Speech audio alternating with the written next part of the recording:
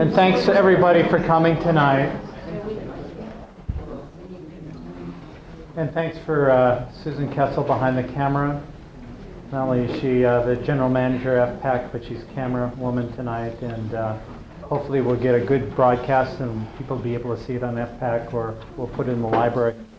I'm Bert Chenowski. It's my pleasure to welcome you tonight on behalf of Creative Fairfield, which is involved in setting up a cultural district for Fairfield. I'm also on the board of Iowa Cultural Coalition, which is an advocacy group for the Iowa Department of Cultural Affairs, and our other sponsor tonight is the Fairfield Weekly Reader. And I can tell by the folks in the audience that we've got a really great turnout tonight, not in terms of quantity of people, but certainly in terms of quality of people.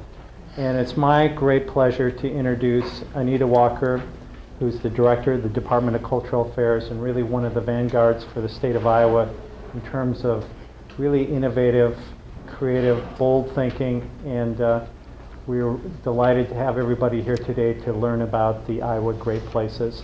So our program tonight is Anita's going to talk for about 45 minutes or so.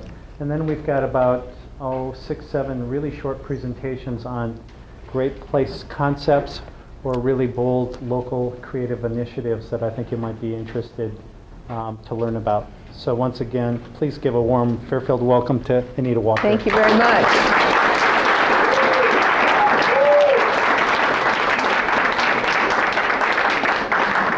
Well, as always, I'm just delighted to be here in Fairfield. And just a few housekeeping. If you haven't picked up one of these packets, there's some at the back table. Please pick up one of these. And inside, there's a yellow piece of paper right in the front. And I'd love it if you would fill this out and leave it with me before you leave tonight, because we are going to be posting all of this information on our website, iowagreatplaces.gov, G-O-V. So I want to make sure I have lots of contributions from Fairfield on our website. So just take a little bit of time during the course of the evening and fill that out for me. As Bert mentioned, I'm here to talk about great places. But before I do, I want to talk about one or two other things just to get those taken care of. And that is, you mentioned the Iowa Cultural Coalition, and all of you who are so supportive and passionate, enthusiastic about the arts and culture and quality of life issues and how important they are to our creative economy here in Iowa, our future prosperity, and quite frankly, making Iowa a good place to live. Richard Florida, who many of you have read his book, Rise of the Creative Class, who attended our Creative Economy Unconference, I think it was about 2 years ago now, know how important it is to create a people climate as well as a business climate. People can live anywhere they want in the world today. It is a global economy. It is a global community. And people choose to live in places that are vigorous and culturally vibrant and interesting and wonderful places to live as well as to work. So 2 years ago, the Governor Tom Vilsack, launched a bold initiative called the Iowa Values Fund to stimulate prosperity and business investment in Iowa, but it also became a vehicle for promoting quality of life issues in Iowa, because we know that in order to be prosperous and vigorous, we must have a good quality of life. Among the pieces of that legislation were the establishment of cultural districts in Iowa and funding for our new cultural trust. As you know, the Values Fund 2 years ago was struck down by the Iowa Supreme Court. And so this past legislative session, our elected officials went back to work on the Values Fund and drafted, and the governor has now signed a new version of the Values Fund, which has powerful incentives for invigorating the arts and culture in Iowa. And a lot of that work, the credit goes to members of the Iowa Cultural Coalition and you who communicated with legislators and gave your voice to the importance of quality of life, arts, history, and culture in our state. The big wins this year were, number one, a $10 million investment in a cultural trust, an endowment to support our cultural institutions across the state of Iowa. And to just give you a sense of how significant this is, the legislation creating the trust was passed unanimously by the legislature in the worst economic year in 50 years in the state of Iowa. And they passed legislation creating a cultural trust. And just 2 years later, our legislators have made a $10 million investment in an endowment to support our cultural organizations. The second thing, Iowa is now only the second state in the nation to certify cultural districts. Cultural districts focus on arts and entertainment and culture as a magnet for attracting people and to spur revitalization of our Main Street or our downtown districts across the state of Iowa. This time, the legislature actually not only gave legislation creating cultural districts, but put some incentives in the cultural district legislations. There are two. Number one, the legislature has designated $40 million in historic preservation tax credits just for cultural districts.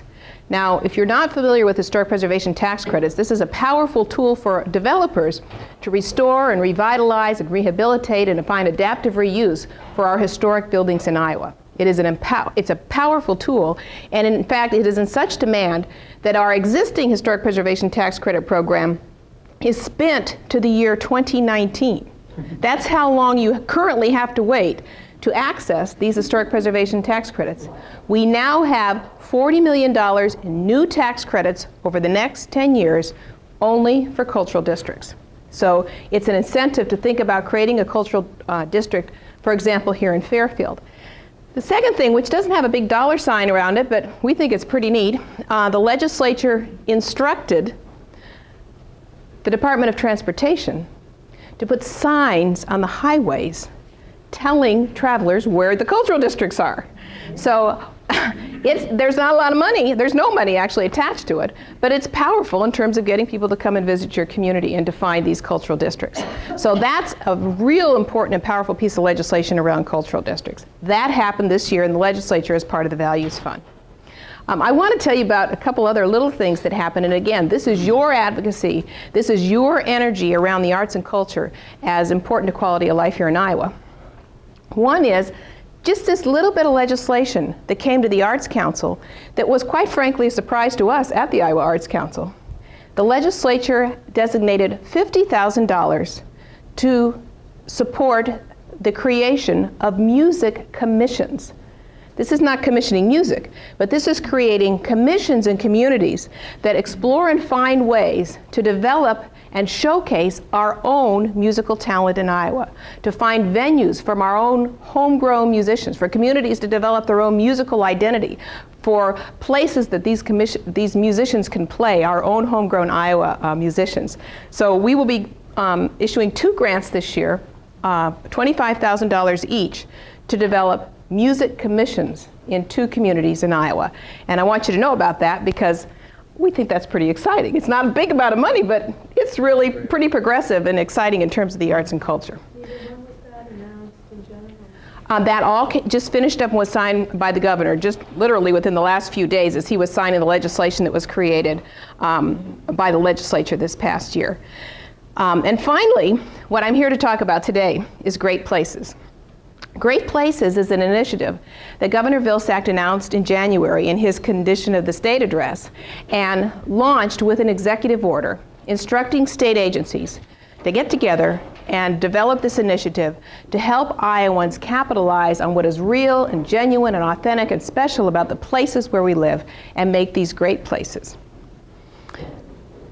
After he did this, the legislature got so excited about it that they went to work and actually put Great Places in code. So this is not only a governor's initiative now, and not only an executive order, but now Great Places is in code and has been signed by the governor. So the first question you may have is, what is the Great Places initiative? Well, there are really 2 powerful pieces to Great Places. The first piece is a challenge by the governor to all of us, to all of you here in Fairfield, to think about what is unique and special and genuine and authentic about Fairfield. And how can you think about that and capitalize on those authentic assets to make this a great place? Now, I want to just take a minute and talk about the concept of place. Because the neat thing about place is that it's really driven by authenticity and a genuine identity. Place doesn't look at a map. It doesn't recognize city limits. It doesn't recognize county lines. Yet, as a person, you know when you've entered a great place. You can sort of feel the edges of it. You know when you've left it. But you don't know because you've looked on a map or at a street sign. You know because of something real and authentic about that place that drives its identity. I'd like to just take a minute, and I'd like for you to think about a great place that you've visited or you've lived. I'm going to challenge you because you can't think of Fairfield. I want you to think of another place, because I know that's too easy. Think of a great place that you've visited, or that you've been, or that you've lived. And now I want you to describe it to the person next to you. We'll just take a couple minutes.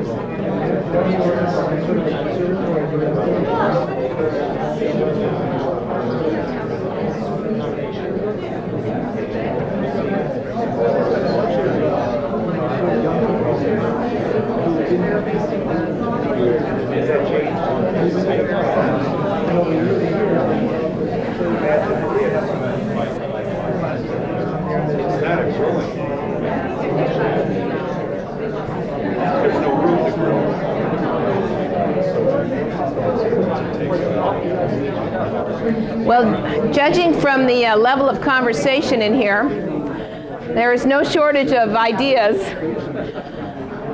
or memories of great places. In fact, something tells me if we went around the room and took the time and asked each and every one of you to share your great place, we might not get two alike. Because a great place is different for every person. I sat in a group of young people in Davenport recently, and they went around this group of these wonderful 20-somethings that were so desperate to attach to Iowa. And their ideas ranged from, one young man said his idea of a great place was the serenity of the family farm, to another young woman who said she just loved the commotion of a cityscape with cool, funky lofts and old spaces and life going on 24 hours a day, 7 days a week, and street life and nightlife and a bustling, noisy environment. Everybody's idea of a great place is different. Well, the governor, as I said, issued two challenges. One was for all of us to think about the place where we are and what makes it a great place. And place, by the way, is driven by authenticity and what's real. And it also doesn't come in a certain size. There's no prescribed size for a great place. A great place could be as big as the length of the Mississippi River or the Luss Hills. It could be as small as a Victorian neighborhood or a cultural district or a main street. But you know when you're there and you can feel it. The second challenge was to those of us who work in state government. I'm the director of the Department of Cultural Affairs, one of 34 state agencies that answer to the governor. And the governor asked us to do something really, really radical. He asked us to work together. You know, it's really fun to think creatively about great places, but working together, that's something else, let me tell you. Well, I'm going to tell you about what happened in a few minutes. But the first step in this Great Places initiative that was launched by the governor is representatives of 18 state agencies came together, and our charge was to develop this Great Places initiative. But the first thing we thought we better do is think about, what is a great place? What makes a great place? So we came up with what we call 7 dimensions of a great place. And we believe that most, if not all of them, are present in a significant way in a great place. And if you look in your packet, there's a yellow piece of paper that lists what we have identified as the 7 dimensions of a great place. The first is a unique sense of place. Did you get a different see, we had 2 here. Let's try this. Why do they put them all in the same color black folder? How can you tell what's in one or the other? And if you didn't get this yellow sheet, it just means you got the other black folder instead of the other black folder. Okay. A unique sense of place. It's that authentic something around which the identity of a great place is derived. It could be a natural asset like a lake or a river. It could be a wild prairie. It could be a nature trail. It could be a built environment. It could be the historic buildings on Main Street or that Victorian neighborhood. It could be a story. It could be the history. It could be what brought that place into being and how that place got there. It could be an ethnic background. Obviously, a place like Pella comes to mind that has a real concise and well-defined ethnic authenticity about it. It could be a cultural history. It could be a wonderfully diverse ethnic mix in a particular place that makes it a great place. But what is it that gives this place its sense of place? From what does it draw its identity? What makes it some place as opposed to any place? What makes it unique and special? What is its story? There are those who might think that one small town in Iowa is the same as the next. You know that's not true. You know that Fairfield is as different from Winterset as Pella is from Decorah or Whiting or other towns of similar or smaller or larger size. So what is it that makes that particular place special? That's the sense of place. The second thing, and personally, I think this is probably one of the most powerful features of a great place, and it is engaging experiences. When I asked you to think of a great place, I suspect what brought it to mind was the experience that you had there. It wasn't a thing, it wasn't a building, it wasn't something you looked at or observed. It was something that connected you to the place. It was the experience that you had there.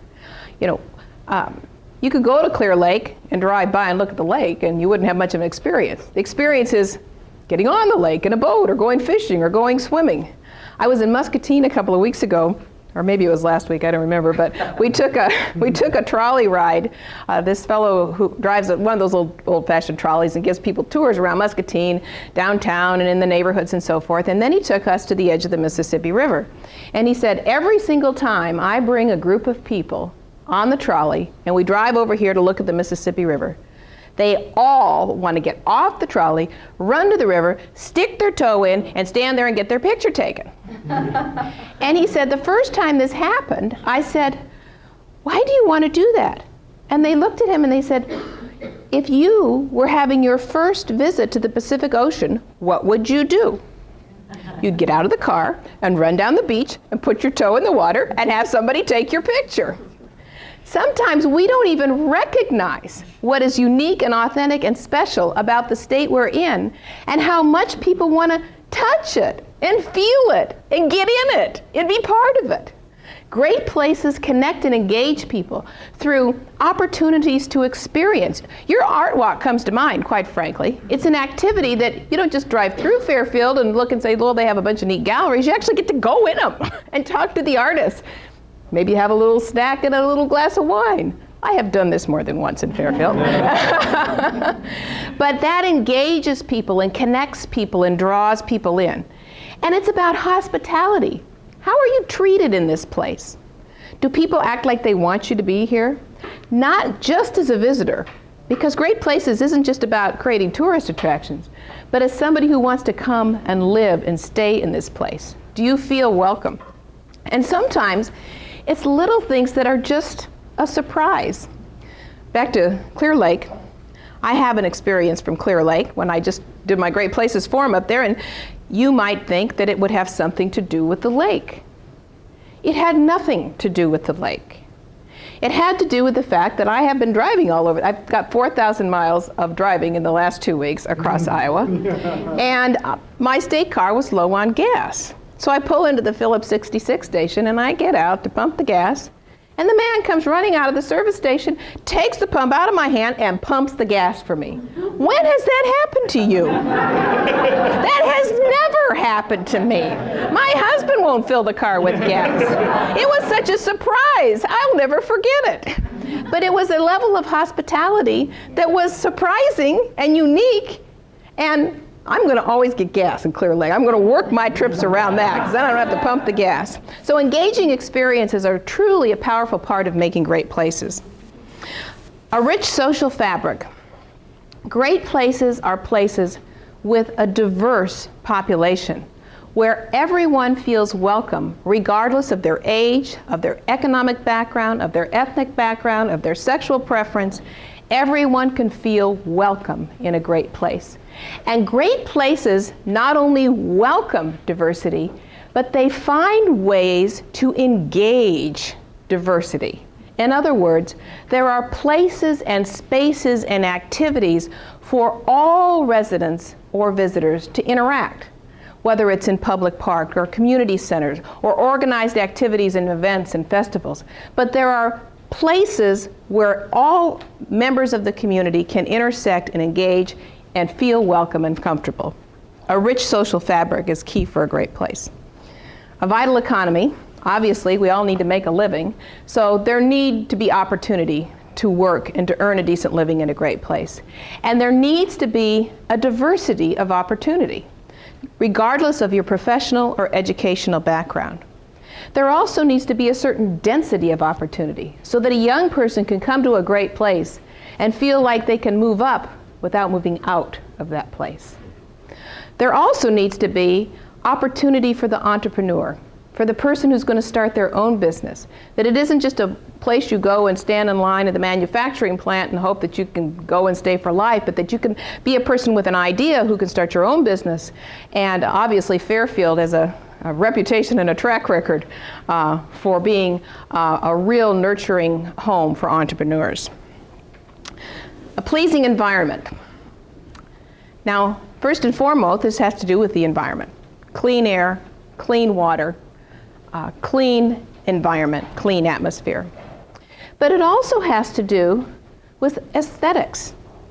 Is it pretty? Is it attractive? Start by looking at your front door. What's the first thing people see when they have an opportunity to get off the highway and come into your place? Is it attractive? Is it appealing? Does it draw you in? Does it make you say, ooh, I don't know what this is, but I better get out and find out and look this place over? Or do you feel like you're coming in the back door, through the mudroom? All the junk's on the edge of town. You have to kind of get back past that to get to the good part. I don't know if you get the Des Moines Register here in Fairfield, but there's an editorial writer, which on rare occasion I agree with, named David Yepsen, who wrote a column actually that I thought was a good one a few weeks ago, because he wrote about how he travels across rural Iowa on a regular basis, and he's just had it with these signs that are on the outskirts of how many towns in Iowa, where they list the Lions Club and Sertoma and all the clubs and all the wrestling tournaments that have been won or lost that looked like they were put up in 1950 and they haven't been painted since. That is the first impression of these communities. What is the first impression of your place? This doesn't mean that Main Street has to look, Disneyland perfect. But what it means is that the place has to look like the people who live there care about it, that they have pride in it, that they respect it, that they love it. There aren't broken windows on the second floors of Main Street. There aren't weeds growing in the vacant lots. The people who live there truly love this community, and that is reflected in the way it looks. A strong foundation. This has to do with everything from what's under the streets, the sewer and the water and the utilities, to the foundation of an excellent educational system. Young people and families aren't going to want to live there if they don't feel confident that their children can get an excellent education. Quality health care. People want to believe that if something happens to them, there's quality health care available to them in a great place. And it also has to do with connecting with the global environment and the global community in which we live.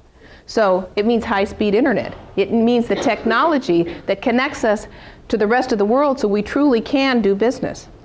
I was in Cedar Rapids recently, and they were telling me that they have a public park, and they are going to make the entire park wireless, so that you take your laptop to the park, watch the dogs and the kids run around, and surf the internet all at the same time. A strong foundation is a key feature of a great place. And finally, a creative culture. What this means is a great place is open and welcoming to new ideas, to new ways of thinking.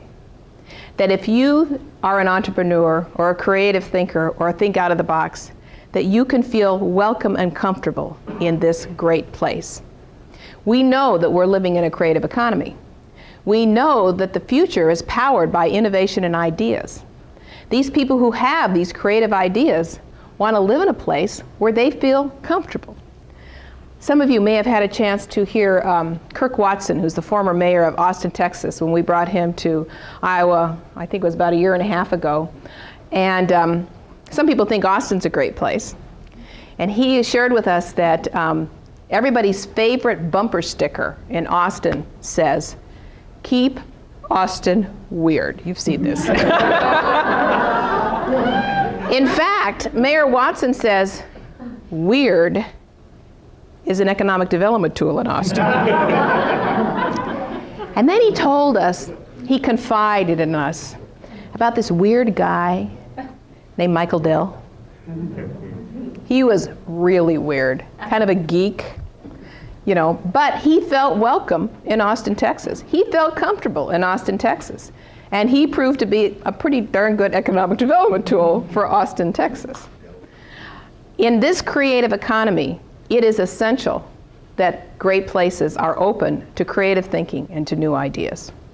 So these are the 7 dimensions that were identified by our team, most, if not all of which, we think are present in great places. So first step, what is a great place? What is authentic and special about your place? And how do you capitalize on that to make this a great place? Well, now let's get to the second part. That was that challenge for those of us who work in state government, that kind of radical, bizarre idea.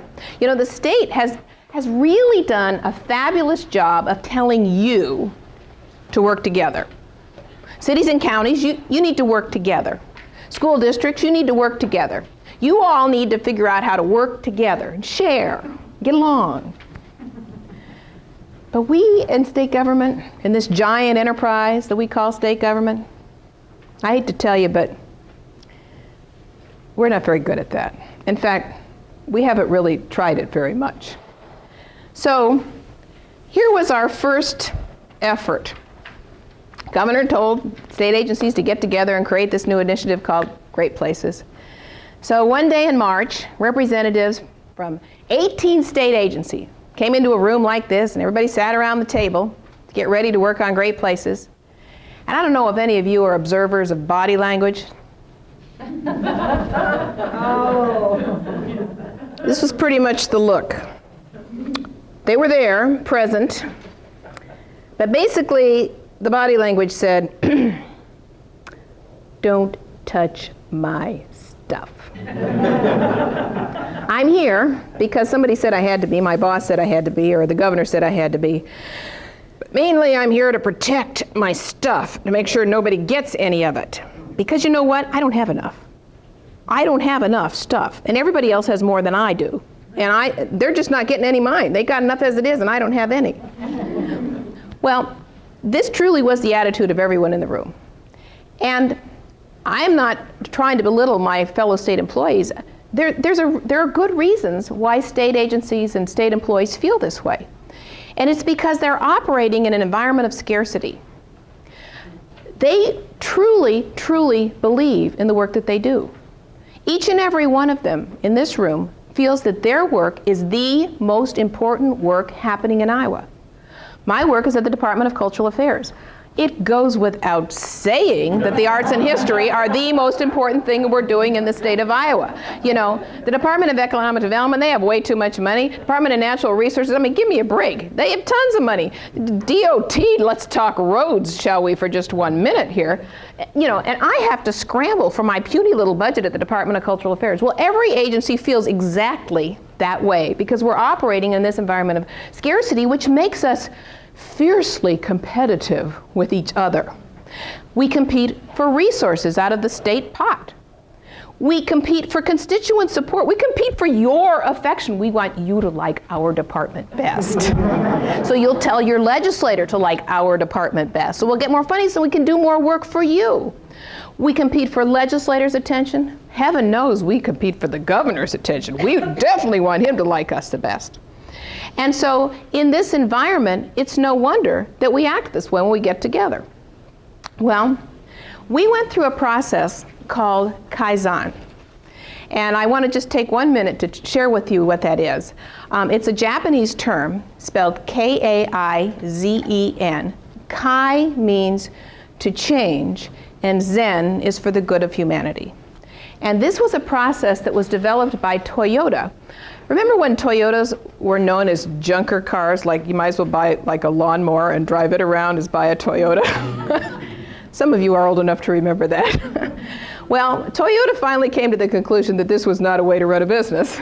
And so they implemented and developed, quite frankly, this new approach called Kaizen. And at the essence of Kaizen is you have, in order to learn a new way, you have to admit that you don't know. That's where it starts. Boy, is that tough for Americans. Because whatever we do, we know the answer. And if you suggest a new answer, we already tried that, you know. We've done that before. We already thought of that. So to truly learn a new way, you truly have to get to the point of not knowing. And that's really the essence of Kaizen. It really is a process improvement approach which squeezes the waste out of processes. And Toyota used this for both process improvement and quality improvement, and not only within their own manufacturing processes, but for their suppliers as well. Everybody had to use this approach. So this has been going on for actually a number of decades, and a number of Iowa's big companies like Maytag and Pella Windows and Vermeer have been using Kaizen, this Kaizen approach, for a number of years to squeeze waste out of their manufacturing processes. And it's not something you do once. I mean, Mr. Toyota says there's no extent to which you can't squeeze another drop of water out of a wet paper towel. You just go back and squeeze it again. And that's what Kaizen does. It also does product development. The process is also used for that. So Iowa is really the first state to apply the Kaizen approach to the public sector as opposed to the private manufacturing sector.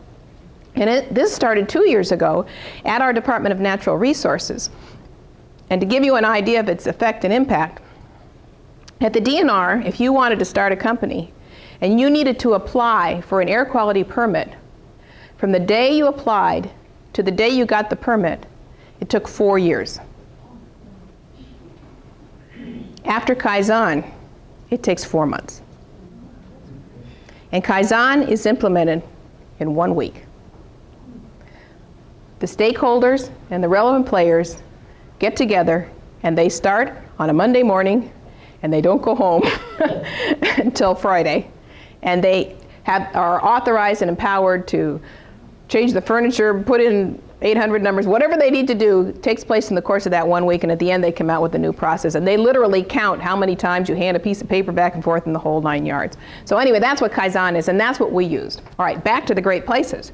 So I told you how we started the day.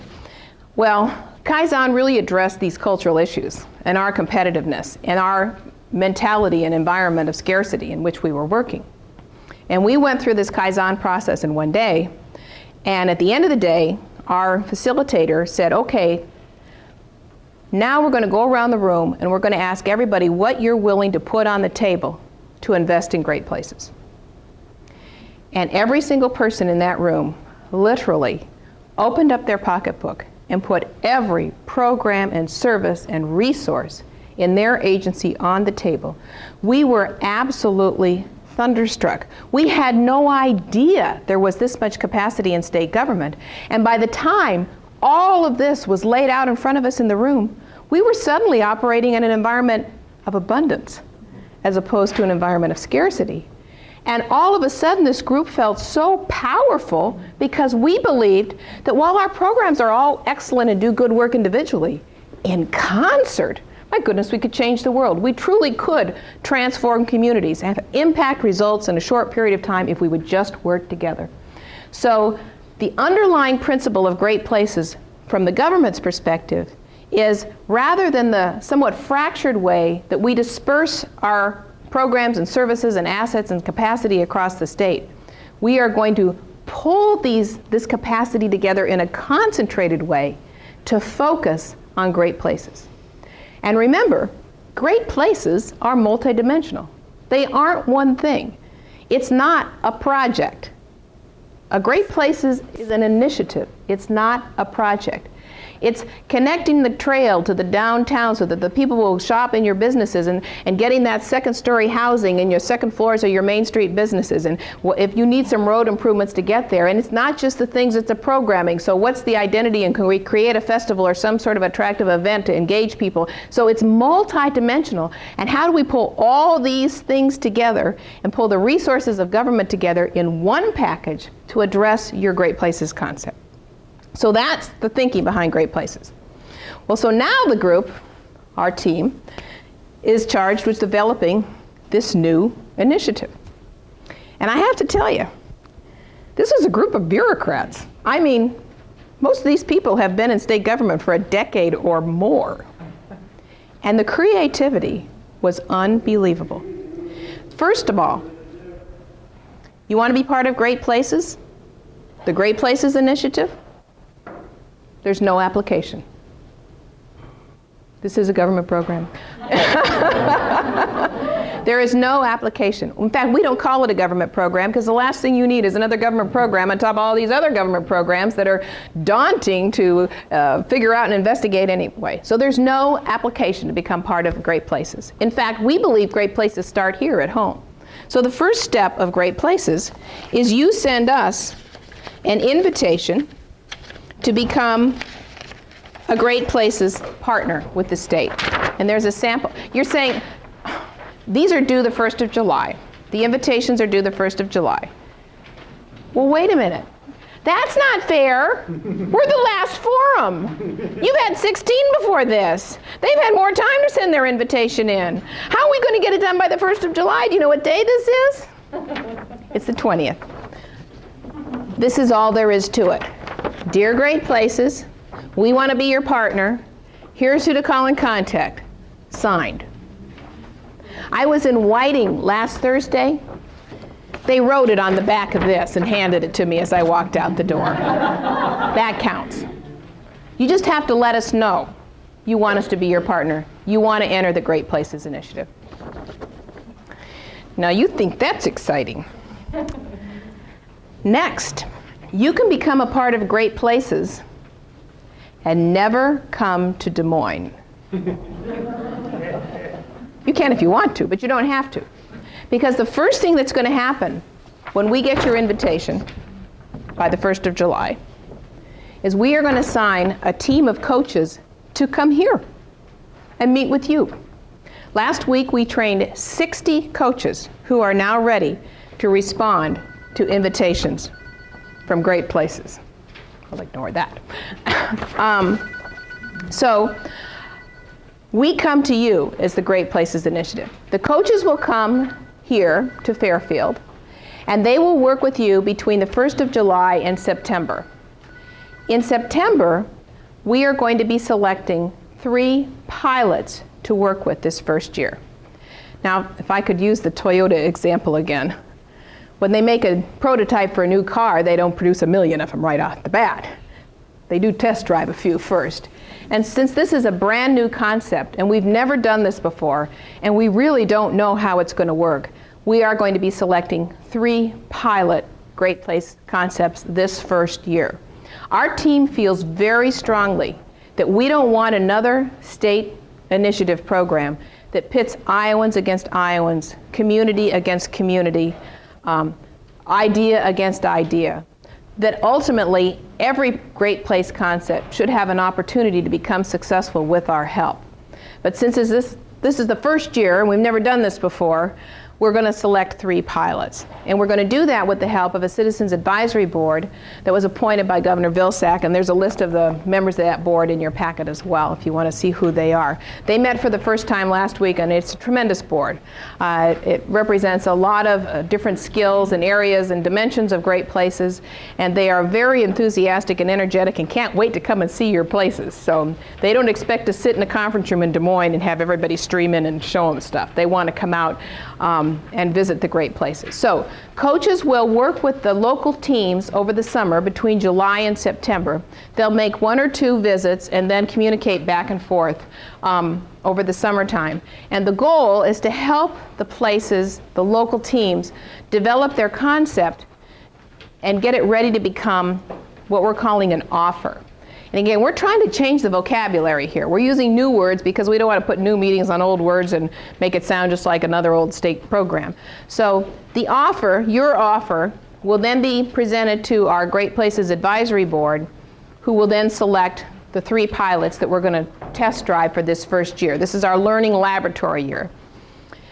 Then, once the pilots are selected, a custom team representing state agencies will be assigned to each pilot. Every place concept is different. Some might involve a lake or river, some might involve a downtown, some might involve trails, some might involve housing. So a team representing the relevant state agencies will be assembled to work with your local team. This is where we're going to the one-stop shop concept. You don't have to find your way around government and negotiate the labyrinth of alphabet soup programs that are there. There's no way you could even know all the programs that are available. In fact, at this moment in time, there is no place you can look to find a list or an inventory of all the programs and services available through state government to your community. And we are going to be creating one for the very first time as part of this Great Places initiative. In fact, we had to buy all new software because they're so huge, nobody knows how to, we didn't have anything to work with. So right now, as we speak, we have a team off our Great Places team that is working on this inventory. Then it's going to be our responsibility at the state to figure out which programs are going to work for you and how to help you get through those programs. I have to be honest, I can't tell you how many times I've looked at programs or seen applicants who've come in and tried to become part of a state program, and they're turned down because they messed up something on the application form or didn't do something, and what you hear is, well, they should have read the code. Why didn't they read the administrative rules? Do you even know where to find the administrative rules? That's our job. We wrote them. We know where they are. So it's our team's job to help figure out how to make the programs and services of government available to your place concept. The other thing is, and this is a big part of the learning, since we've never asked our programs to work together before, we don't know if they do. We don't know if a deadline on one conflicts with a deadline on another, if a rule on one is compatible or incompatible with a rule on another. We don't know if there's gaps. We don't know if there's duplication. So this is our learning year. This is where we're going to figure out if we can truly add value and impact by combining our programs and having them work together. Then we'll figure out if we need to make rule changes, if we need to make code changes, if there are some flexibilities that we can put in place around combining programs so that they can work for Great Places communities. And we have some good ideas on how to do that already, but that'll take changes in the law. And we're ready to do that in the next year, but that's why we're going to do this by trying it with our pilots this year. Here are some of the things that our Citizens Advisory Board is going to be looking for as they decide on the 3 pilots. Number 1, broad community support. Our team and the Citizens Advisory Board feels strongly that the best concepts are going to be the result of broad community support. That means making sure that there is a broad cross-section of the community, used broadly, that term, at the table in the design and architecture of this Great Places concept. 1, you'll just get a lot more creativity. And that means, that's not just the city administrator and the mayor and the city council or the Chamber of Commerce, but some of the voices who typically don't get invited to the table. Reach out and make sure you have a great diversity of voices around the table in the development of the concepts, because A, the concept will be better because there'll be more creativity, and B, you'll be able to garner more support to make this great place concept become a reality. Second, strong local leverage. The state is going to be putting a sizable package on the table. Right now, we kind of dole it out in individual little grants, which are all well and good, but my little $5,000 Arts Council grant doesn't exactly make everybody jump up and down around Fairfield. But what if it was part of a multi-million-dollar package? This has been proven by Vision Iowa, quite frankly, to attract investment from the local community that might not otherwise have been forthcoming because there wasn't as much at stake. Now, if you can envision a concentrated package from the state, leveraging a sizable investment from the local community, you can imagine that we will be doing transforming work with impact in our Great Place communities. So good local leverage, broad community support. We're also going to be looking for a diversity of pilots, because remember, this is a test year. Now, what that used to mean in old government speak is one in the east, one in the west, and one in the middle. But what we're going to be looking for this way is 3 distinctly different place concepts. Perhaps a regional one, perhaps a concentrated one in a neighborhood or in a cultural district, perhaps one involving a natural asset, or maybe one involving the development of programming or experiential activities. But that there'll be 3 distinct, because that's the only way we're going to tell if we put our programs together whether they're working or not, in different ways. And then finally, clear, quick results. We need to have clear results from the Great Places Initiative. This is driven by results. Now, what is a result? Well, a result isn't, we're going to improve the quality of life in Fairfield. How do you know if that happened? A result is, we're going to increase housing downtown by 10% by this date.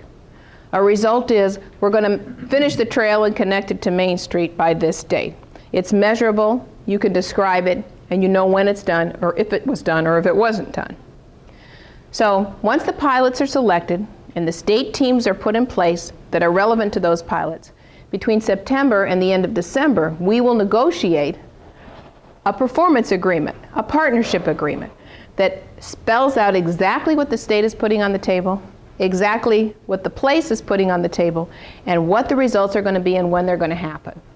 Now, this doesn't mean, when I say clear, quick results, that they have to happen, the whole concept has to be done in the first year. I mean, that's obviously not even realistic. But in the first year, we want something to happen. We want to know that, the plan's going to be signed off on, or that this is going to get started, or that something's going to happen that is measurable and definable and clear and with a deadline in the first year. So those are the things that we're looking for our pilots this year. But I said, ultimately, once we get through the first year, and once the legislature sees how valuable this concept is, and we're confident that will happen, ultimately we expect that places will enter the Great Places Initiative at somewhere along a continuum of readiness, and that we don't say no to anyone who comes to us with excitement, enthusiasm, and an idea of how they can make their place a great place. The other thing I want to make sure to mention is that if your place is not selected to be one of the 3 pilots for some reason, there is still enormous value in participating and sending an invitation. Because every place concept that sends an invitation will get a team of coaches. Your place concept will move forward as a result of sending an invitation. Our coaches will be able to help direct you to programs and services that you might not be aware of. And so you can start moving your program forward. Perhaps you'll get the cultural district going this year and then be ready for the whole partnership agreement next year. So you will benefit from the Great Places Initiative, whether or not you're a pilot. We're going to be announcing the Great Places. We're firmly penciled. I don't know if it's ink on it yet. October 11th, Richard Florida is going to be coming back to Iowa. A group in Lynn and Johnson County has been working on that piece. And so Everyone who participates in Great Places will have an opportunity to come to that, and there'll be workshops and other things that will help move your Great Places initiative along. So this will move you along whether or not you're a pilot. And then one final thing I want to say before I forget. It is great fun to be bold and creative and innovative around Great Place ideas. And slight digression here, but one of the things our team struggled with was this sort of conundrum on why it is, and the governor said be bold and creative. So why is it every time creativity meets a government program, the government program wins? Isn't that the truth? Well, part of the reason is you have this great creative idea and you come to the state and you say, I got this great creative idea, can you help? And we say, well, geez, we sure like to help. Let's see here, we got this program. If you'll just change your idea to fit our program, then we can help you. So the challenge to our coaches and to our teams is to try to figure out how to get past that. And it may require code changes in some cases, but we're working on that. That is called the how. The what is, what are the bold, creative ideas we can have to make a great place? But I would also challenge you to think about the how. In our team, when we talked about all the assets and capacity of government to put on the table to make great places, we naturally came up with a laundry list of all our programs and government services. But do you know there was stuff in the room? There were resources in the room. There was capacity in the room that isn't in anybody's website or handbook or notebook or list of programs and services, but exist and are powerful. For example, one of the agencies that was in the room was the Division of Alcoholic Beverages.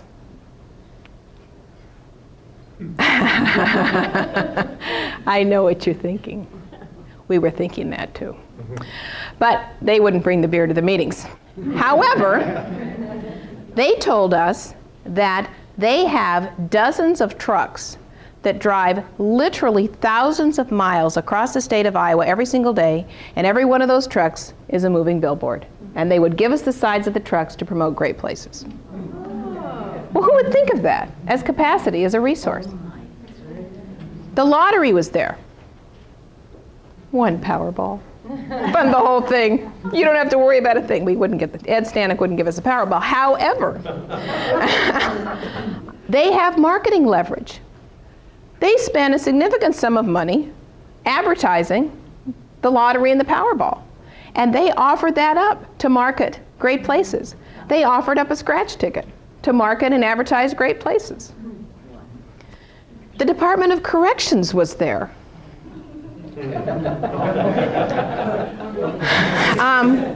But Gary Maynard, who is the director of the Department of Corrections, was eloquent in describing the human resource that we currently have at the state's hospitality. You know, we spend an awful lot of time thinking about how we're going to keep them there locked behind bars, and he's spending an awful lot of time putting skills into the hands of individuals who are currently incarcerated.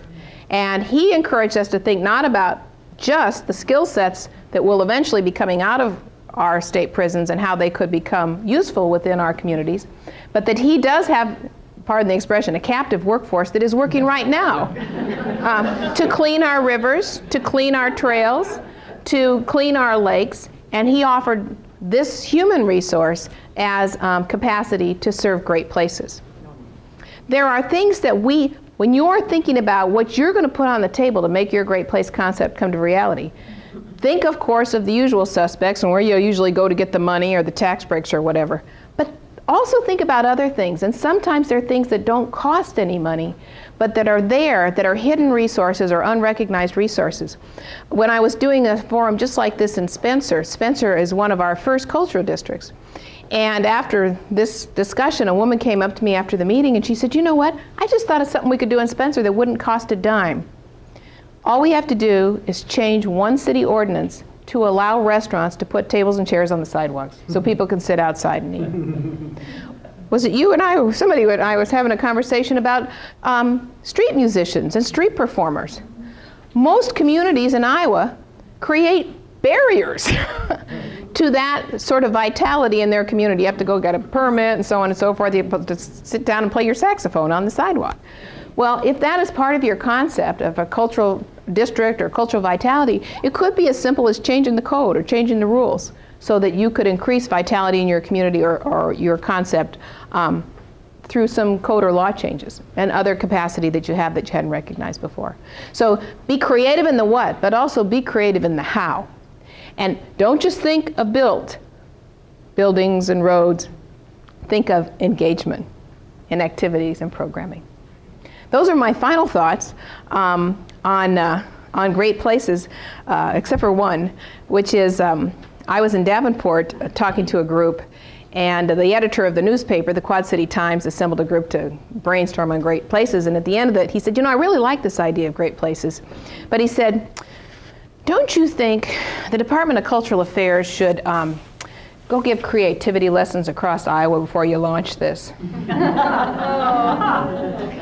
And I said, I don't think so. I said, we have an abundance of creativity in this state.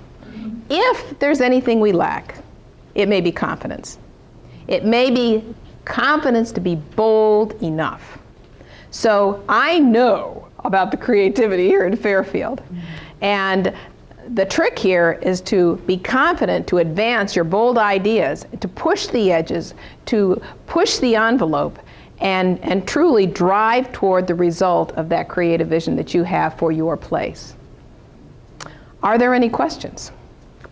Yeah. Well, you mentioned using the trucks as billboards and the resources. Do you envision doing that for specific great places? Say, a truck that says, visit such and such. That's what I would envision. I would envision once we get the pilots, then working with the Division of Alcoholic Beverages to see how we could position and advertise those great. Lottery, the same thing. Exactly. But just promoting the concept is. No, it would be about the place. Yeah. Just out of curiosity, this is my understanding meshes somewhat with yours. Is a great place always a place to live? Well, our focus is on a place to live. It's also a place to visit, but we want to distinguish between, this isn't just about creating tourist attractions. This is about quality of life. And quality of life is really driven around where people want to live. And quality of life also is seen as a key component of building prosperity in communities for economic development.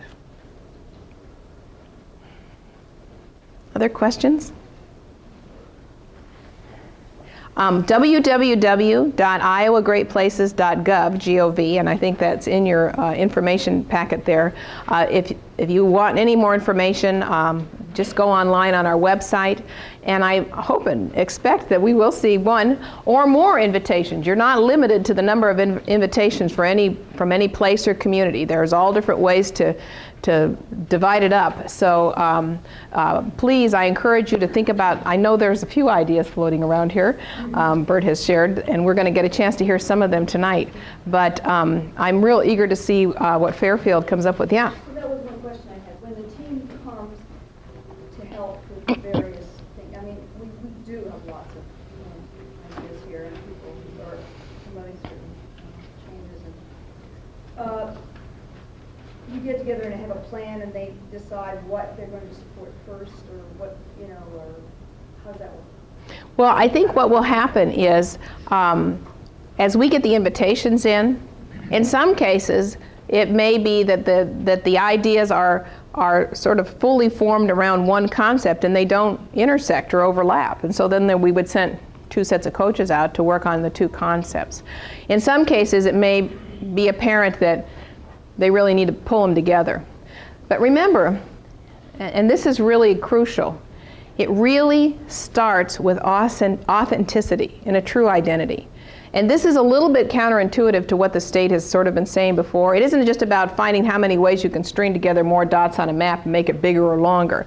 There has to be an authentic connection. It could be regional. It may involve a number of communities. It may cross city and county lines. It may very well, but it doesn't have to, is the kind of the difference, because it's truly driven by an authentic, genuine, real identity. What will the coaches be doing in helping to prepare for The coaches are really going to be, in a sense, as much as anything, they have a tool that they're going to be working with the place teams on. And the tool takes the 7 dimensions that we've talked about, and under each of the 7 dimensions are a list of factors. And again, we don't have numbers or scores on any of this, but in the context of each factor, you can be toward greater or not as close to greater. And so it'll first sort of be a self-assessment of the local team to take a look at the dimensions and see where you are under each of the dimensions as a start. And then to help the local team fashion an offer that will go to the Citizens Advisory Board. One thing I should say about the offer, there's no form. We're not telling you how to put that together. You can do a tour, you can do a video, you can do whatever you want. There's no prescribed format for making the offer. And one other thing I'll tell you, our Citizens Advisory Board talked this over at their meeting last week, and like I said, I'm very excited about this board. They said, no trinkets. They don't want plastic cups and Hawaiian leis and hats and gifts. Put your efforts into the idea.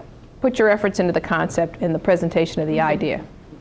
Is there, I can see a couple of different ways that this could be structured. It could be that there's a group of projects around a central theme, or there could be a bunch of loosely connected projects that make a place more interesting.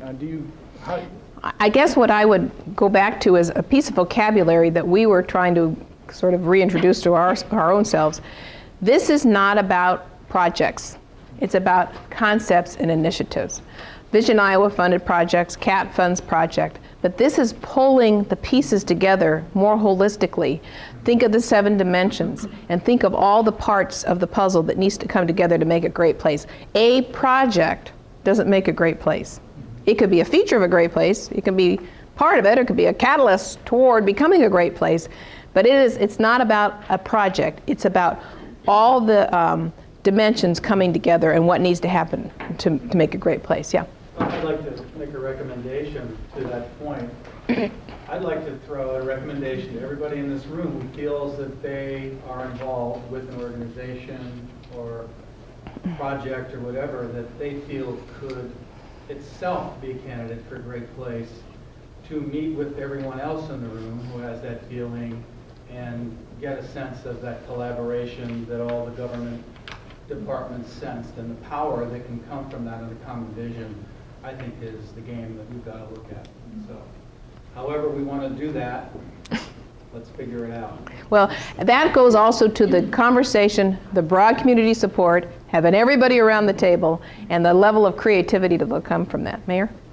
Thanks, Anita. Thank you so much for really coming and sharing this directly with us. Also, we're excited about it because I think we all have a sense that we're already engaged in this process, and we're excited about it. And we're excited about the possibilities and the prospects of helping us sort of finish the job. Do you see that in the evaluation stage that there's going to be any kind of extra points given to a community that may be on its way, as opposed to a community that is sort of starting from scratch? And I can see value in both, because there can be a different type of enthusiasm and excitement from communities that are really just getting together to harness that creativity. But we have a momentum here already that we would love to be a part of this to help us finish it up and kind of close it up. Is that going to be judged that way? Well, we don't want to say points because we're not doing a points thing. We're trying to get away from points. But there's a glossary in there. You got to go to the new vocabulary list. There's no points on it. Yeah. But I'm glad you raised. I've been through Kaizen. Yeah. I'm glad you raised that question. The fact of the matter is, it is more likely that if this is the continuum, and this is, we got an idea, let's get together, and we haven't built broad community support, and we haven't identified local resources, and we haven't got a plan, it's less likely that that will be a pilot, because what we need are place concepts that are closer to the partnership agreement, because that's where we bring the agencies together to see how our various capacity of government can work together and can leverage your local resources to bring this concept to fruition. So the fact of the matter is, you're absolutely right. The closer you are to this end, the more likely you will be selected as a pilot because you're more ready to strike the partnership agreement. However, if you're here, and I have to say, it's just been, you know, I didn't know what I was going to encounter on my trips across the state. I mentioned a little town called Whiting. Does anyone know where that is? Has anyone ever heard of it? It's about this big. It's in northwest Iowa. It's about 20 miles south of Sioux City. And I don't think there are more than a couple of hundred people in that town, but I think a third of them turned out for our meeting. Oh, my goodness. And so per capita, I think they did very well in terms of attendance. And you know what? I think it's the first time they've ever gotten together to talk about the future of their town and to talk about what's real and authentic and special about their town. In the course of the meeting, one gentleman said, well, you know, we've got an opera house right at kitty corner across the street in the old bank building that was built in 1904. And everybody said, oh, really? And so we all trooped over and looked at it. No, and the people were saying, you know, I haven't been in here since 1946. I didn't even know it was still here. Do you think we could renovate this? And it started the conversation. I mean, they're over here, but it started the conversation. And by meeting, and they're the ones who wrote the invitation on the back of one of my handouts. They will now get coaches, and their initiative will, it's at zero now, so it's going to move. It's going to move a little bit. We don't know how far it'll go. So there will be benefit. But in terms of the pilots, yes, indeed, they are going to be closer to this end. What a lot of places are waiting for is that tipping point. It's just getting enough of the resources to just get it over the top. We've got the ideas, we've built the community support, we've identified the local leverage, we're ready to go, but we just need that oomph to get there. And that's what focused, concentrating resources, that's the theory underlying that. So that, yes. Thank you. Yeah. This idea original to Iowa, the state of Iowa, has it been used other places? No, it's original to the state of Iowa. I'm thinking that it has such benefit for the whole state, not just for the individual community. It's exactly right. And again, I want to emphasize that, you know, we have a lot of programs where we ask Iowans to compete with each other. And why should we do that? Mm-hmm. There's a place for Whiting, and there's a place for Fairfield, and there's a place for Dubuque and Davenport and Des Moines and Iowa City. And why can't everyone have the opportunity to create a wonderful quality of life for people who live there and visit? Yeah. I know these things change with political events, but my understanding is that Vilsack is not going to run the next election. If he exits the scene, how does that impact the whole program? Well, one of the real sort of driving features of great places is speed. I don't know how many of you have ever worked with the state before, but we met in March, and the deadline is July 1st, and we will have 3 pilots by the end of the calendar year. In state government, that is speed. And there's actually a number of things that are driving speed. I'm charged with leading this initiative. I have 17 months to get it done because that's when the governor leaves and we get a new governor. So I want to see some results before I'm out of there. So there's a personal motivation, but there's also a practical motivation. I've been in my position for almost 5 years, and I have come into communities like this many, many times and met with impassioned, caring citizens who have an idea and are excited about how they can make their community great. And it takes so long to make anything happen that they are exhausted, they're weary, they're depressed, they give up, they leave. By the time, I mean, it just takes forever. And there is something to planning and taking your time and thinking it over, but you can just think it over to death. I mean, you just know how that is. And so part of the idea of speed is let's just make something happen. Let's pull the resources together. We know what they are. You've got your idea. You've done your planning. You've met. I mean, part of the thing that's so neat about Kaizen is we don't plan to get together every Thursday for the next 10 months. And then half the people don't show up. It's 1 week, and you're committed, and you're done. It's speed. Speed's a big part of it. So yes, the governor is not running for re-election, but this is in code. So that's the other piece. It started with an executive order in January, but legislators are enthused about Great Places. It has bipartisan support. They put it in law, And more remarkably still, they gave us some operational money for it. Usually we get a new thing to do and no money to do it with. So our goal next year is to actually get some distinct funding for Great Places to address some of the things that we expect to find that are gaps or are not able to just put the initiative over the top. Yeah.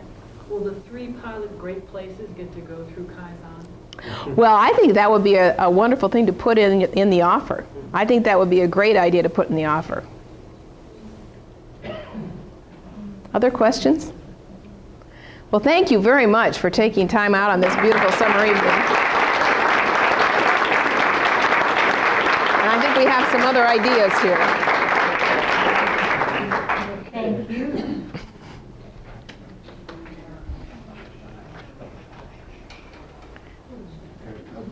I'm going to grab a chair back here. I want to see some of these too. I heard this presentation 2 or 3 weeks ago. I kind of got really sort of interested in it from a couple of standpoints. One is, flip that down.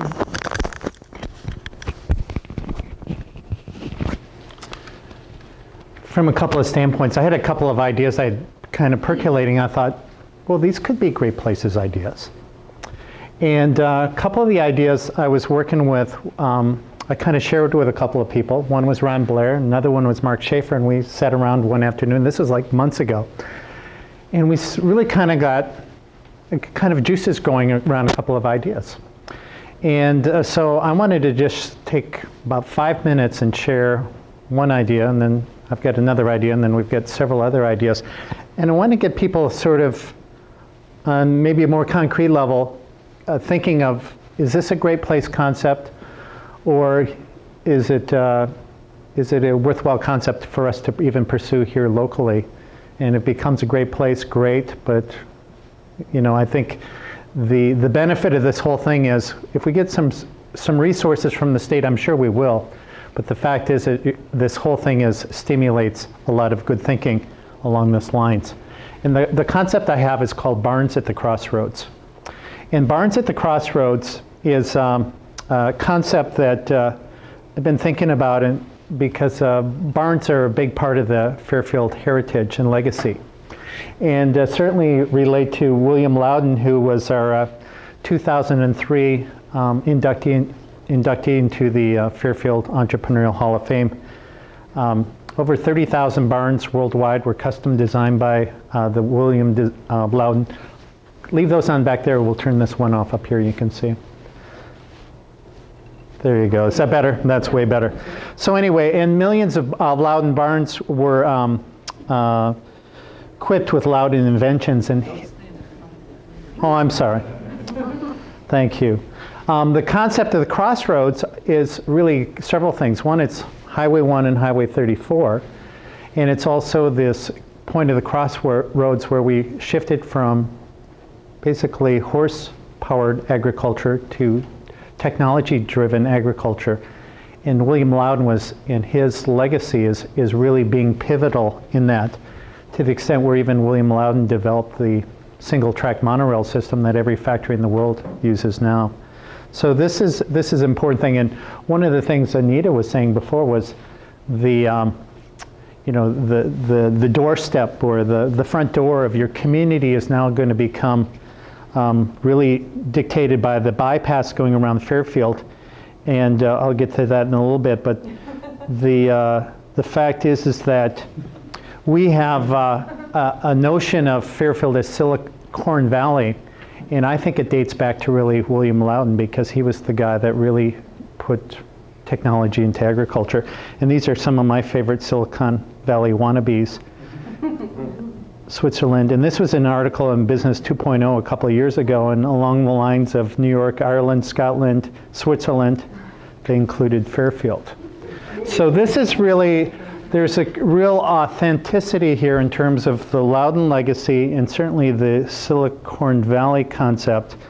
And we have this idea of not only barns at the crossroads, but barns restoration barns throughout this county, and actually I had this idea of putting art on barns. It's kind of a billboard or an entryway to Fairfield, and all to tell this whole story of Jefferson County, Loudon, and we would feature local artists, work with local barn owners to create murals, or actually work with local companies, whether it's Creative Edge, to make stuff that's waterproof, that would last. We could put historic signage on barns, and we could use the Maasdam barns, which is in the front page of the Ledger today. We could take these barns, which are Loudon, based on Loudon designs, south of Fairfield on Highway 1 near the Highway 34 bypass. The idea is to turn this into a visitor center. Put this as really the showcase, the historic showcase. It's a site of, I think, a national historical significance. Put in a demonstration site, arts and crafts store, and certainly a tour center there. Link that to what I refer to as the Loudon building, or the Loudon Machinery Works. I don't know if anybody recognizes this building. A lot of people refer to the Broadway building. I do not refer to the Broadway building anymore, because I think it has a more stronger significance in terms of being the Loudon building. And what's interesting is about the Loudon legacy, this building in the last 20 years has become the natural incubator for countless number of Fairfield businesses. So there's a nice link there. We have probably about 20 Loudon homes that are on the historic registry in Fairfield. The Loudon Depot, which is the credit union next to the Loudon building. This was the biggest freight depot on the Rock Island line in its day. This is part of the collaborative team. Some of these folks know about this project. Some of these folks will know about this project. But I think this is certainly a concept that is not necessarily real expensive, but it certainly is unique, and really is a unique identifier. Although the Great Places isn't really about tourist attraction, I think this could attract probably up to 40,000 visitors per year. I like it because it integrates art, history, entrepreneurship, and we can connect people to the Jefferson County trails, the art walk, through this. There's an economic benefit immediately for the owners of those barns. They'd get rental on their property. We'd set up financial support for the restoration, financial upkeep on the art on the barns.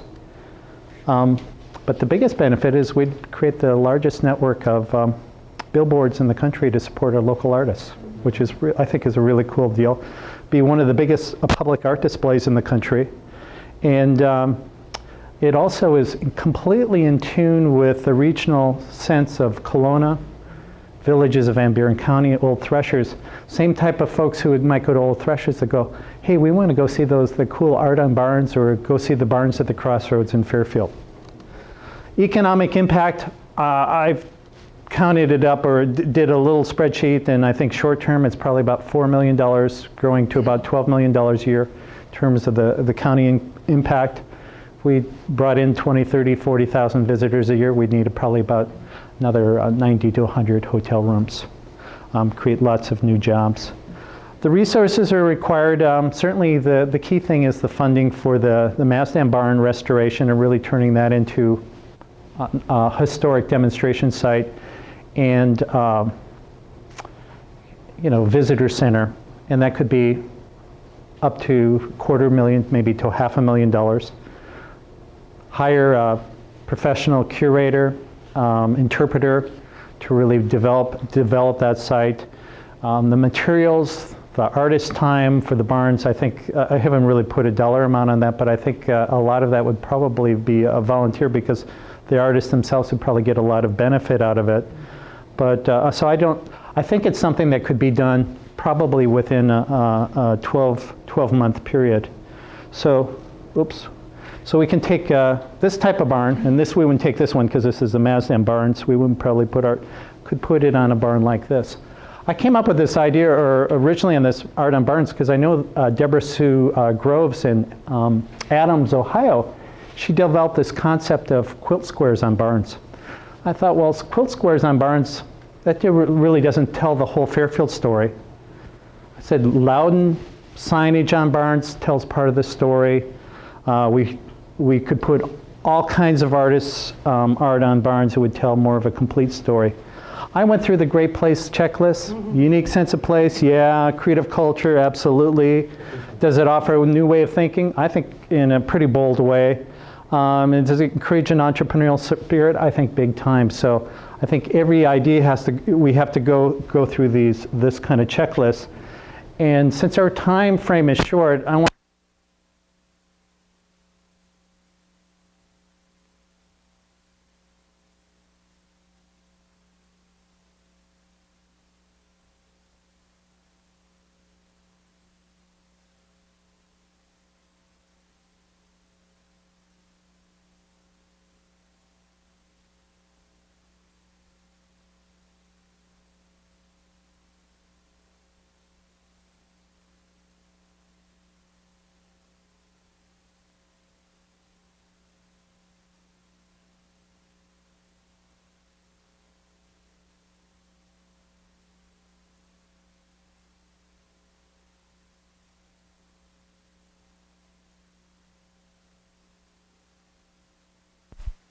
better? Okay.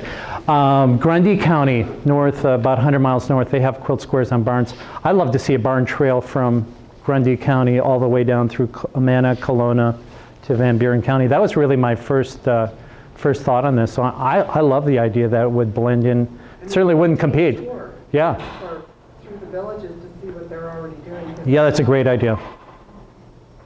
And they have a great barn tour. Just their barn tour is excellent. Yeah, and they have a lot of Louden barns in Van Buren County, as does all of Iowa, actually. So this is really the place where the modern dairy barn was really invented, and a lot of the hanging doors and the dairy stanchions.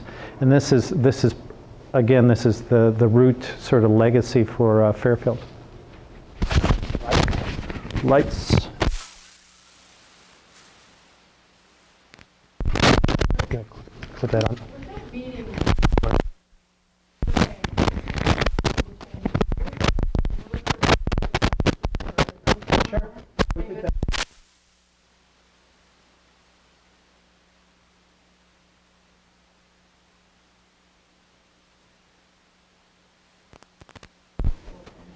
I'm out of time. Wednesday. I'll get another one. Yeah, we could do it Wednesday. Wednesday is fine. How many people would like to? Wednesday at noon? Quite a few. What's that?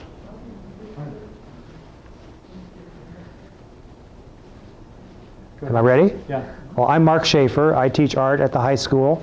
I'm also chairman of the County Historic Preservation Commission, and I'm also on the Carnegie Historical Museum board. So wearing those three hats, I'm going to talk to you a little bit more about the Louden Machinery Company and specifically about the Maasdam barns. If you didn't catch William Louden's face, this is what the old guy looked like. The company created a great mythology. This is the archetype of the grandfatherly entrepreneur, the man you could trust with your cows. And he was he embodied everything that's good about entrepreneurism. I mean, he was a genius. He had like 200 patents to his credit for the hay and dairy industry. And like Bert said, his overhead monorail systems eventually went into heavy industry. Louden monorails, my gosh, they're used by Boeing aircraft, by the Apollo space program. B-29 bombers were built during World War II on Louden overhead carriers. They had some top secret projects during the war that turned out to have been directly associated with the production of the atom bomb. I mean, there were some real big-time, nationally significant endeavors that the Louden Company was involved with. And this guy started out on the family farm installing these hay carriers on trial basis, one by one around the county, and eventually it grew into a multinational outreach. Like Bert said, 30,000 barns. By I think it was the 1942 catalog advertised that they had built or custom designed 30,000 barns throughout the country. And those private homes that Bert showed on the PowerPoint presentation there, many of those were designed by Louden barn architects. St. Gabriel's Church and the First Methodist Church were designed by members of the Barn Planning Service. Great graphic design. And I think that's one of the tie-ins with Fairfield's arts community, is the fact that their graphic design was so strong. I mean, it's visually exciting to look at Louden cover designs, the layouts for many of the catalog pages. The line art was just superb. Even their blueprints are fun to look at. Specifically, with the Maasdam barns, I really like Bert's concept of the Crossroads. It's also a tie-in with the trail system. The county trail system will go past the Maasdam farmstead. You may be familiar with the bridge that Judy Bales designed last year. Students of mine at the high school made decorative tiles that run along the curb side of this bridge, and those depict Louden products. In terms of what's already been done to develop the Maasdam site, the state was obligated to survey any properties that might have historical significance in preparation for the bypass. And they did what was called an Iowa site inventory of this spot. And it turned out that the Maasdam farm was the home of, I think, the 1919 International Percheron Draft Horse champion, the champion animal. And I think that significance lies in the fact that I think Iowa had more horses per capita or more something. Do you know what it is, Ron? I've seen the figures, but we had more horses per something in Iowa than any place in the universe. 24,000 draft horses in Jefferson County. It's a huge number. And we see those horses celebrated here in these paintings by Fairfield artist Pat Schreiner, who died about 1940. So you have that connection. A member of the Turney family at one time owned that farm, and the Turneys were the producers of Charter Oak wagons, which was a very fine farm wagon at the turn of the century. This is a detail of a window decal for a dealership. Anyway, the Iowa site inventory has been completed to establish the historicity of this farm site. We've also brought in a TAN consultant. That's the Technical Assistance Network. William Page from Des Moines, who did the research for the Louden Machinery Company. This is the intensive survey that he did, I think, about 1995, which established credibility for the 14 sites that we got named to the National Register that are connected with the Louden Company. Anyway, Will came back down and gave us a presentation on ways to pursue developing the Maasdam site. So a logical step then would be to get the district listed on the National Register of Historic Places.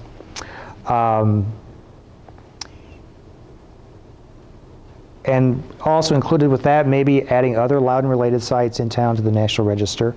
I don't usually go by notes, but there's so much stuff to cover in a few minutes here. I'm breaking down and doing that this time. One of the things I would like to see, and Bert mentioned the Louden garages. There are garages all over town with Louden door hangers. I'd like to adapt the Louden logo with the dairy cow with her head stuck through the stanchion, make like an enamel plaque, and slap that plaque on every building in town, whether it's a church, a home, the factory, a garage, a playground equipment, anything connected with the Louden Company. I think would be nice to have that as a designation. And one of the things that I'm really excited about is the cultural district. I believe somebody's going to talk about that. But the Louden Machinery Company pops up everywhere in that cultural district in terms of education, in terms of places of worship, private homes, and the factory itself. Another thing I'd like to see in terms of the Louden Interpretive Center was to highlight not only the Louden Company and Charter Oak wagons, but other companies that were active in the early part of the 1900s in Fairfield. And I have a publicity photo here. Oh, this is about 1915, I think. Harper Brush Company, the Turney Wagon Works, Iowa Malleable, Fairfield Glove, Dexter, Hawkeye Pump Company, the Fairfield Engine Company. These are all highlighted in this little promotional image. And I'll leave these books up here that you guys can look at later. Another thing I'd like to see done is coordinate activities locally with the Carnegie Museum. Currently, we're not open that much because we're a volunteer board. We keep having all this stuff donated and we're wanting to reorganize exhibits, and there's not time or manpower to do that. It would be nice to have a paid curator, what's the other word I want? Curator, person in charge of museums. Anyway, museum director, whatever. There you go. But to coordinate activities, displays at the Maasdam barns, we've already salvaged some stalls and stanchions and a litter carrier and several styles of cupola.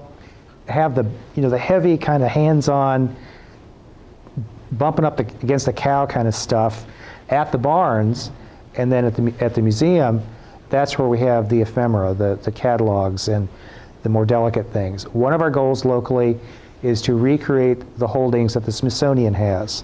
They have 118 paper documents related to the Louden Machinery Company.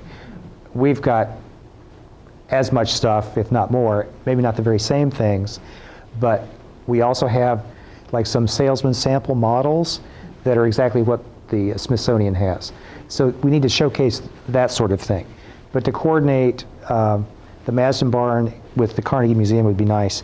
And the best way to do that is to have a curatorial person that would go back and forth. I'd like to see coordination with regional events.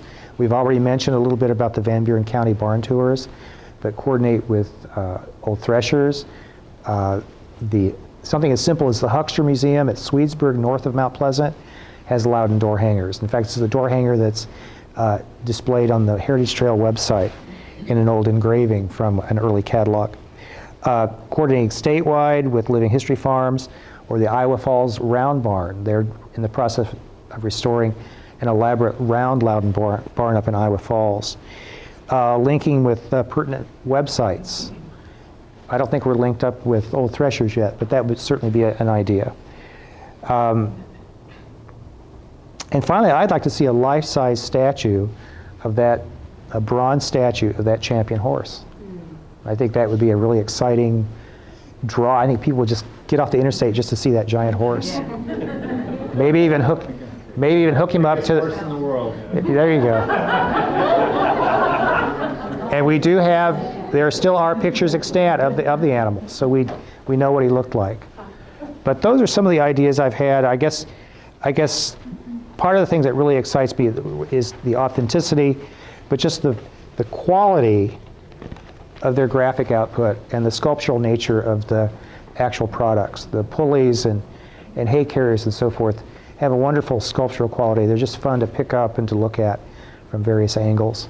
And this is really an exciting time to be living in Fairfield, because I feel like we're finally coming of age in terms of understanding that, hey, we are important. There is something wonderful here. It's not the Grand Canyon, it's not the Statue of Liberty, but it's certainly valuable. And a man like William Louden touched millions of lives, and I think we should celebrate that fact by promoting his legacy. All right, thanks.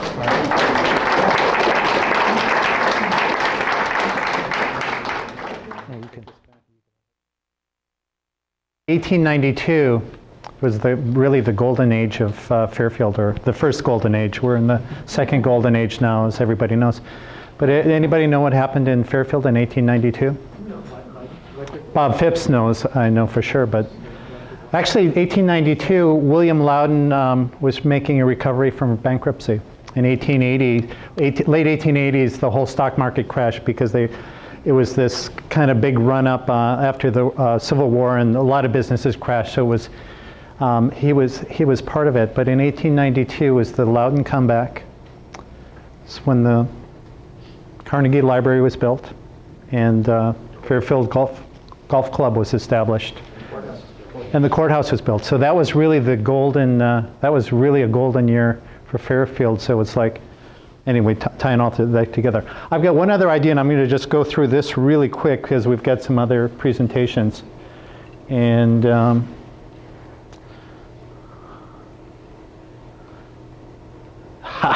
it's about Follywood. And this is a business cluster economic development strategy all about a place. I'm currently involved probably in 4 different companies, either in terms of sitting on their boards, raising money for the companies, or being a principal of the companies that have to do with new digital media and production. And we are looking at really the future of entertainment. Everybody knows what surround sound is, right?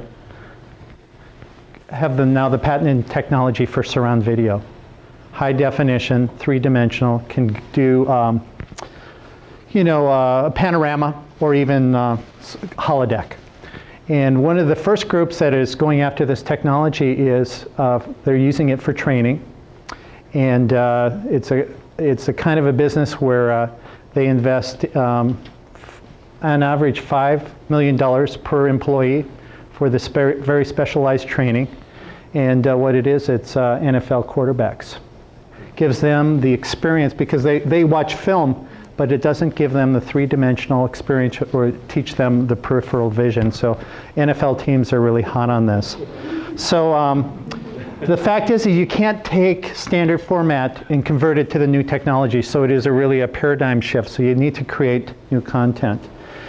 So it's really a core technology of which it really is looking for a home, of which it's going to drive future game technology, video, the integration of that, and of course all this stuff's going to be through internet distribution, downloadable to cell phones, short format devices and stuff like that, and it really has an opportunity to create scores of new types of businesses, and certainly has the ability to leverage Iowa's creative class and take advantage of places like Fairfield, their rich theatrical talent, production talent, sales and marketing, all that kind of stuff. So the idea is to build a training center here, develop a studio here, develop a surround stadium that teaches people how to use this format, this technology.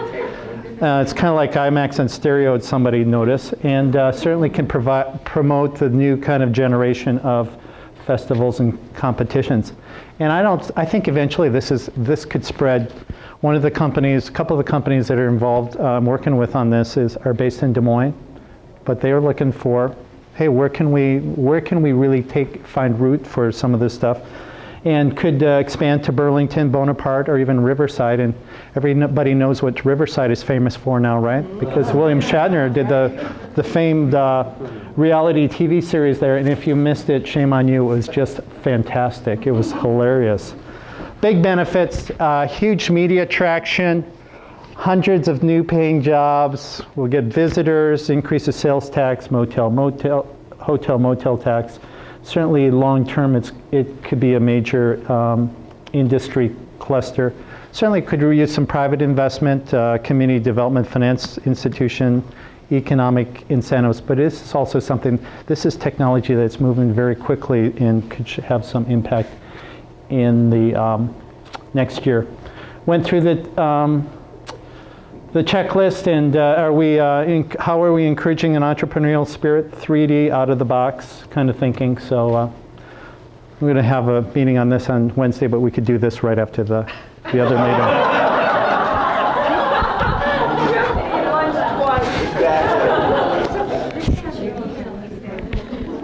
And I'm happy to email that, but it's a big file, all those files. So I wanted to mention that as a possibility because it's a different kind of great place strategy. It's more economic driven. And I wanted to have people think of that.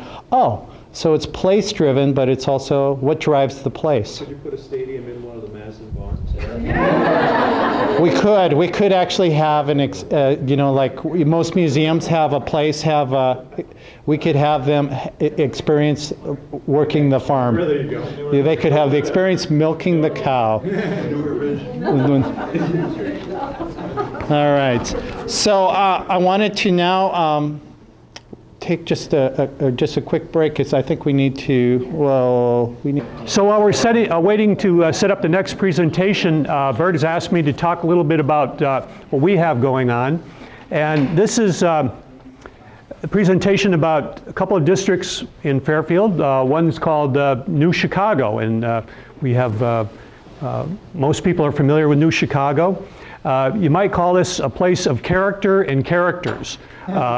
New Chicago had its own mayor, unofficial mayor for a period of time, a gentleman named Lem Nelson, and he was one of 45 business people that had formed their own chamber of commerce, and like today, there are always these little political things going on within the community. A subtitle for this presentation might be The Tale of Two Depots. As we probably all know, Fairfield was founded as a way stop for the railroad, part of the railroad development across the plains. This first item here is a photo of the CB&Q depot that was the original depot in the New Chicago area. New Chicago consists of about 3 blocks, and if you stretch your imagination a little bit, it would go from, say where the Sunshine Center up to the railroad tracks. This original depot was moved and became a church. And there's a little bit of a write-up on here. By the way, this presentation will be available during the Art Walk at the rail yard shops behind Taco John's. We have a baggage car fixed up, and we'll be able to let you take a closer look at that. It's getting a little bit late this evening, and there are other presentation material. So some of the unique features of New Chicago was it had its own newspaper for a short period of time called the Chicago Sun. And so that it gave the local news, and it had a very positive outlook according to the information that we gathered here.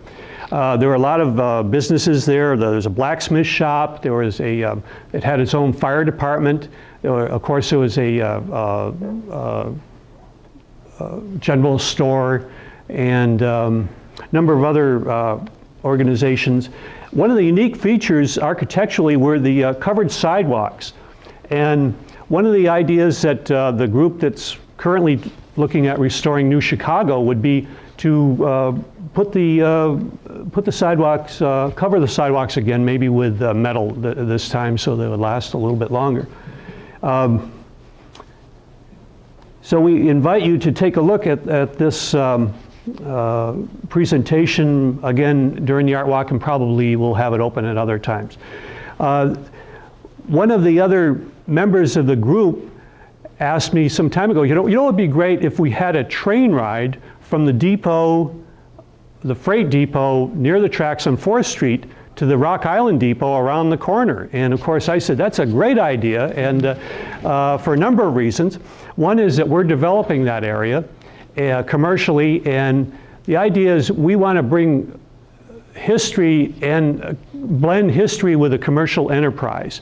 So we've been working on this for about 4 or 5 years in our minds. In the last couple of years we've been actually moving forward.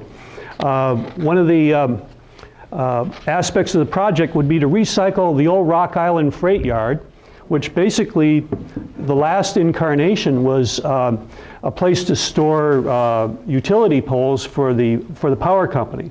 So what we're looking to do now is to actually build a commercial quality inn here. It would have 54 rooms. It'd have an indoor water park. It would have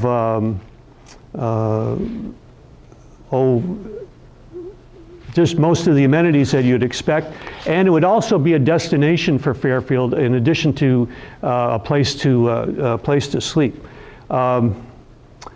I'll open it up for questions. Anybody have any questions, ideas? We really would like the community involved in this project. We're opening up the ownership of the hotel to members of the community. So in the next few months, you'll be hearing more about that. Any questions about what we're planning? Is that the architectural design that you're thinking of?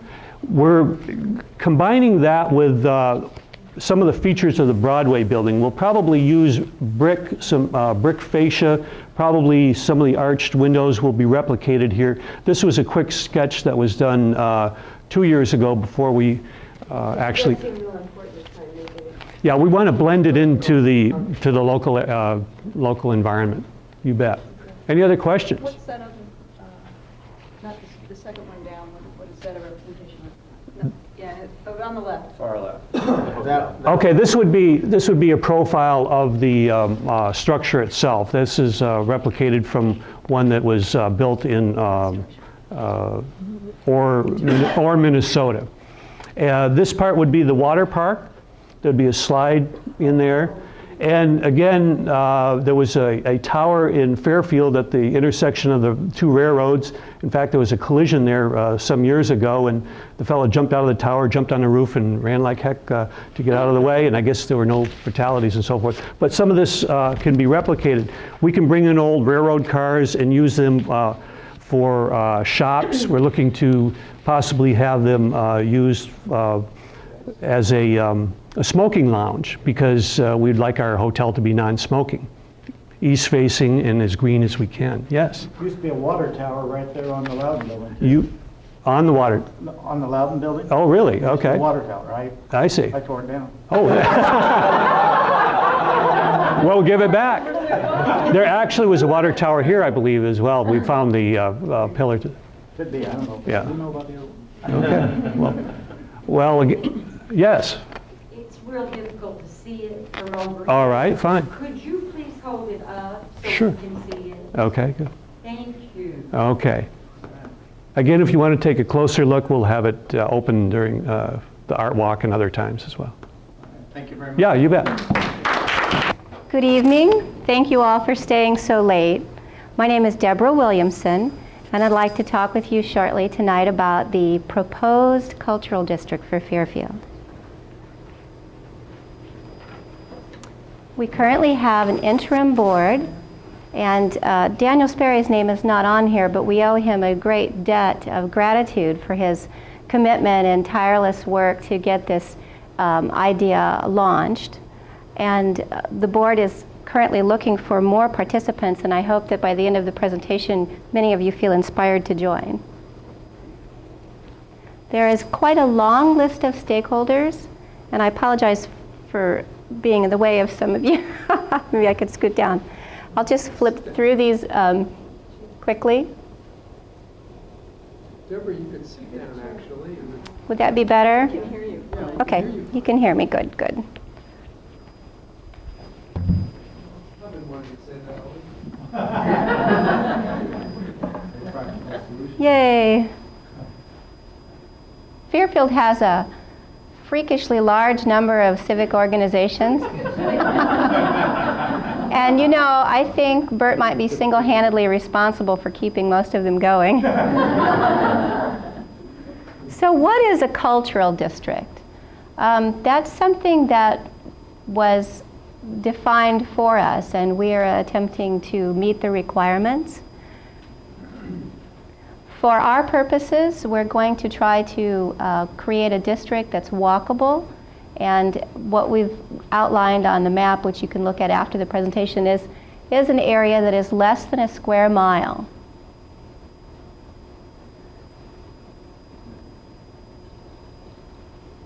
Now, I think Anita touched on some of the tax benefits for qualified cultural districts, but residents of a cultural district do qualify for pretty generous tax breaks, as well as access to financial assistance programs. And the impacts include certainly attracting new residents and tourism, but improving the quality of life in the city that enjoys the cultural district as well, in some very qualitative ways. Now, it's a little hard to picture the cultural district just by the text, so again, you're welcome to come take a peek at it. We've tried to include as many of the historic sites and cultural sites and entertainment sites as possible. But the beauty of establishing a cultural district is in marketing the cultural district, you can also refer to sites outside of it in your marketing. So we really don't run the risk of leaving anybody out.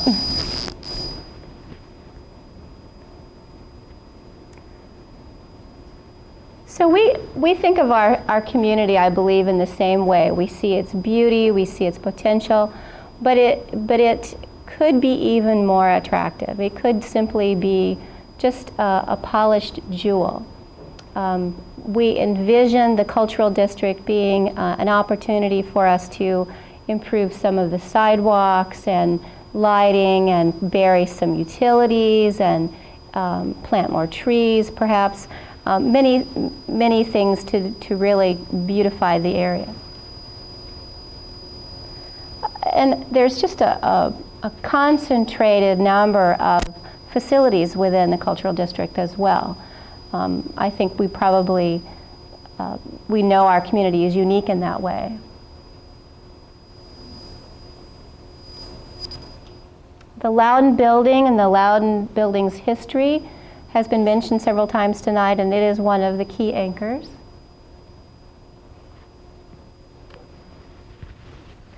Within the Fairfield Strategic Plan, there are several objectives that speak of establishing a cultural district or an initiative similar to this. And in imagining the cultural district, I'd like you to picture new benches, new signage.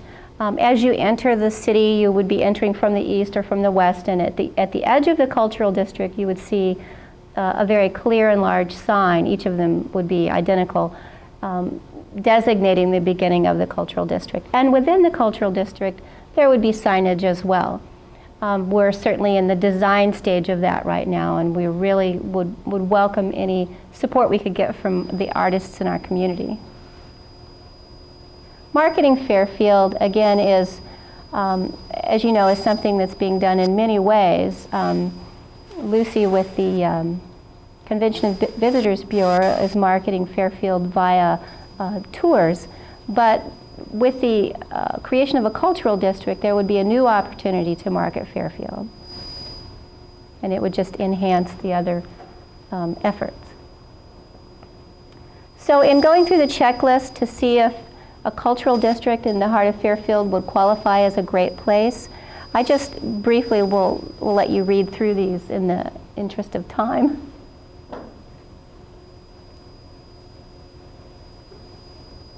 We certainly have all had the experience of inviting our relatives to visit us. Be sure and come on the first Friday Art Walk so that they wouldn't miss out on one of our favorite events.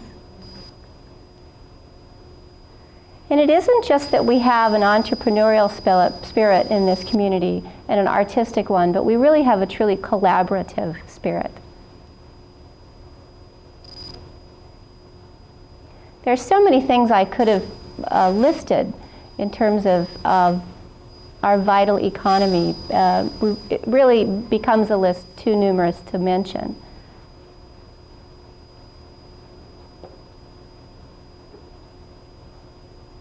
And it's interesting, I've lived here so long I had forgotten what a unique place this community is in terms of its recreation, but I grew up in a small town of about 20,000, population 20,000, not one swimming pool in that community. No indoor pool, no outdoor pool.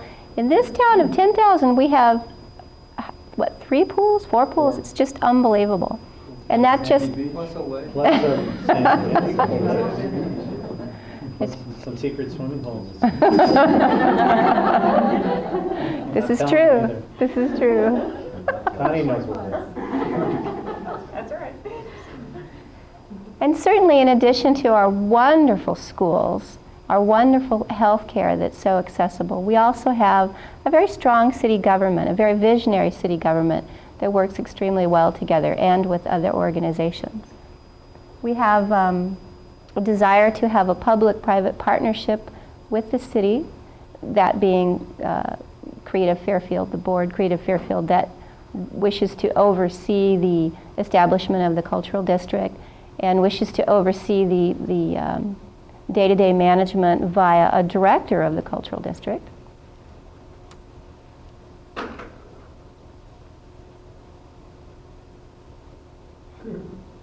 Now, I'm not entirely sure where that third statement originated. Bert, did you make that up? I tried to verify it. Oh, that's the restaurant, I'm sorry. Oh, okay, okay. It's a misnomer, it should be any city. Oh, there you go, there you go. Any city. We certainly are in our seed stage as a board with temporary members, and we're looking for as much support as we can gather at this point. We would like to meet some short-term goals. Certainly the July 1st submission of the invitation is certainly doable, and there are some other goals that we would like to meet later in the month. And so for those of you interested in participating in this initiative, please feel free to meet us Tuesday night at Thai Deli.